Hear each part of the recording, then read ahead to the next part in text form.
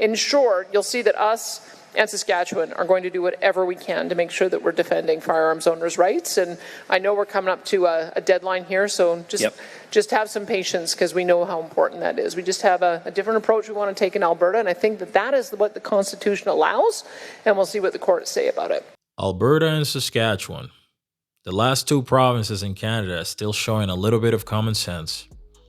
While Ottawa wants to strip people of their rights, these provinces are standing firm and protecting the ability of citizens to own and use firearms.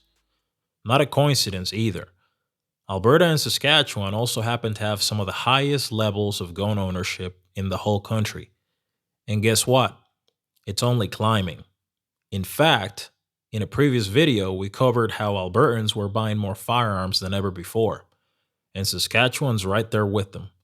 Folks in these provinces are arming up like never before, and the timing? Pretty interesting, considering the growing talk of separating from Canada altogether. Let's get into it. Very quickly though, if you enjoy these videos, please do me a solid and subscribe. It's free, and you can always unsubscribe later if you change your mind. Thank you, and back to the video. But as it stands, we know the best defense for most people is to comply. As you've just heard, a number of safety recommendations will allow for those that are victimizing members in the community to leave and not harm anyone. To prevent the possibility of being attacked in your home, leave your fobs at your front door, because they're breaking into your home to steal your car. They don't want anything else. A lot of them that they're arresting have guns on them, and they're not toy guns, they're real guns. Meanwhile, in the rest of this dystopian mess called Canada, the police are actually telling people if someone breaks into your house, just hand the keys over to them and do as you're told. Seriously, leave your car keys at the door, they say. Don't fight back. Just let the criminals take your property. And while that nonsense is going on, the federal government is busy trying to take away guns from honest, law-abiding citizens. Criminals get bail and walk free, but if you try to protect your family, you're the one who gets in trouble. Now compare that to Florida, where the message is pretty simple.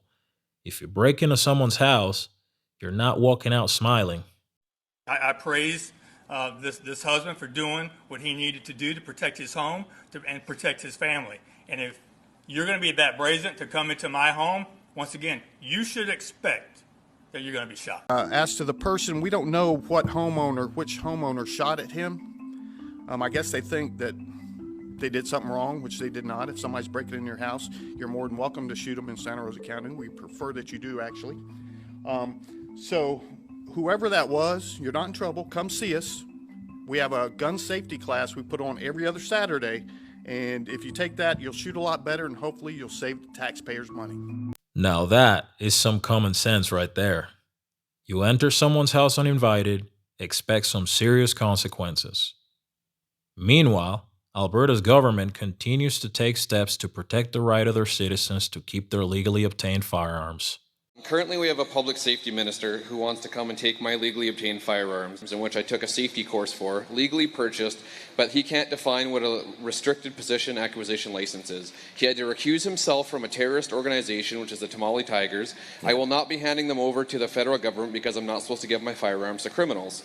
So I'm not going, so I can't go to the range. I can't do my sport shooting with 90% of my firearms because I became a criminal overnight with an unjust gun grab fraud.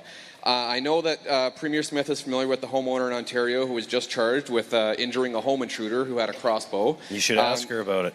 Yeah. Canadians are being charged for protecting themselves, their families, and their property, and being backed into a corner through submission by the federal government, where we're being told to leave our keys beside our unlocked door, as criminals have more rights than we do. So where would the Alberta Police Force stand in relation to the legal firearm owners? It's a great question. I'm glad we ended on that. And I'm sorry to those of you still lining up. I did say that was it.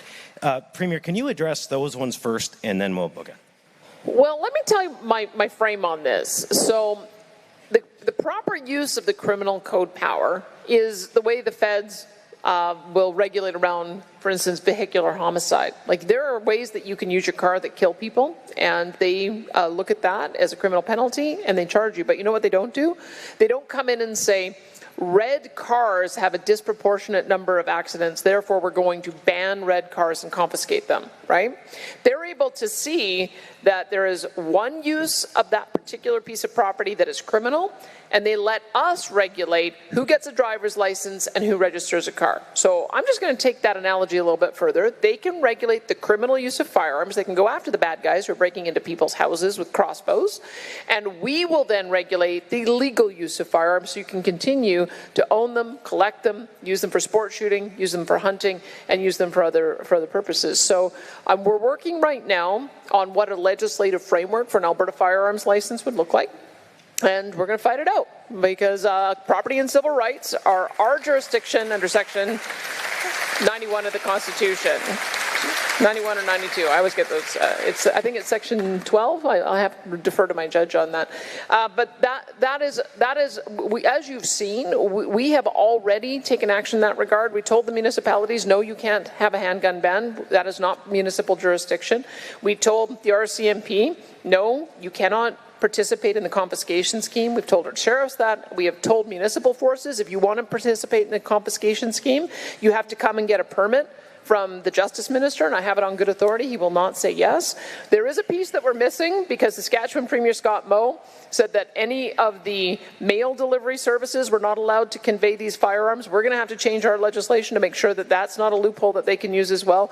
We've also passed our own Firearms Act, and we will do everything we possibly can to make it as difficult as possible for anyone to get the permit that they need to participate in that program. That's our ability to do that, using our ability to regulate on professions. So in short, you'll see that us and Saskatchewan are going to do whatever we can to make sure that we're defending firearms owners' rights. And I know we're coming up to a deadline here, so just have some patience because we know how important that is. We just have a different approach we want to take in Alberta, and I think that is what the Constitution allows, and we'll see what the courts say about it. Thank you, Mr. Campbell. And recently we've also learned that the Liberal government updated numbers is showing that currently, the government's plan to confiscate lawfully owned firearms from the legal gun owner community is costing upwards of $75 million thus far, and yet not a single firearm has been purchased from a lawful owner. And in fact, no impact has been had, of course, on the criminals and illegal gun trade that's going on. Can you comment on what the Toronto Police Service would do with $75 million to combat gun violence? $75 million would go a long way. We completely feel that the current gun ban buyback program has zero impact on crime in the city of Toronto. So here you have one of the leaders of law enforcement in Canada informing the federal government that their ridiculous plan to confiscate the firearms from law-abiding citizens is doing nothing to stop the real criminals in the streets of Toronto, which have seen a sharp increase in violent crime recently. This so-called buyback program isn't only ridiculous, but it's also ineffective because the real criminals would never hand their guns to the government, at least not voluntarily. Makes you wonder what the real plan is if it really isn't for the sake of public safety. The fact that they're so determined to take people's ability to defend themselves. What's that all about? Hey, if you've made it this far, thank you so much for watching. If you'd like to be notified every time a new video is published, hit the subscribe button and activate the notifications bell. It's completely free and it helps our channel grow.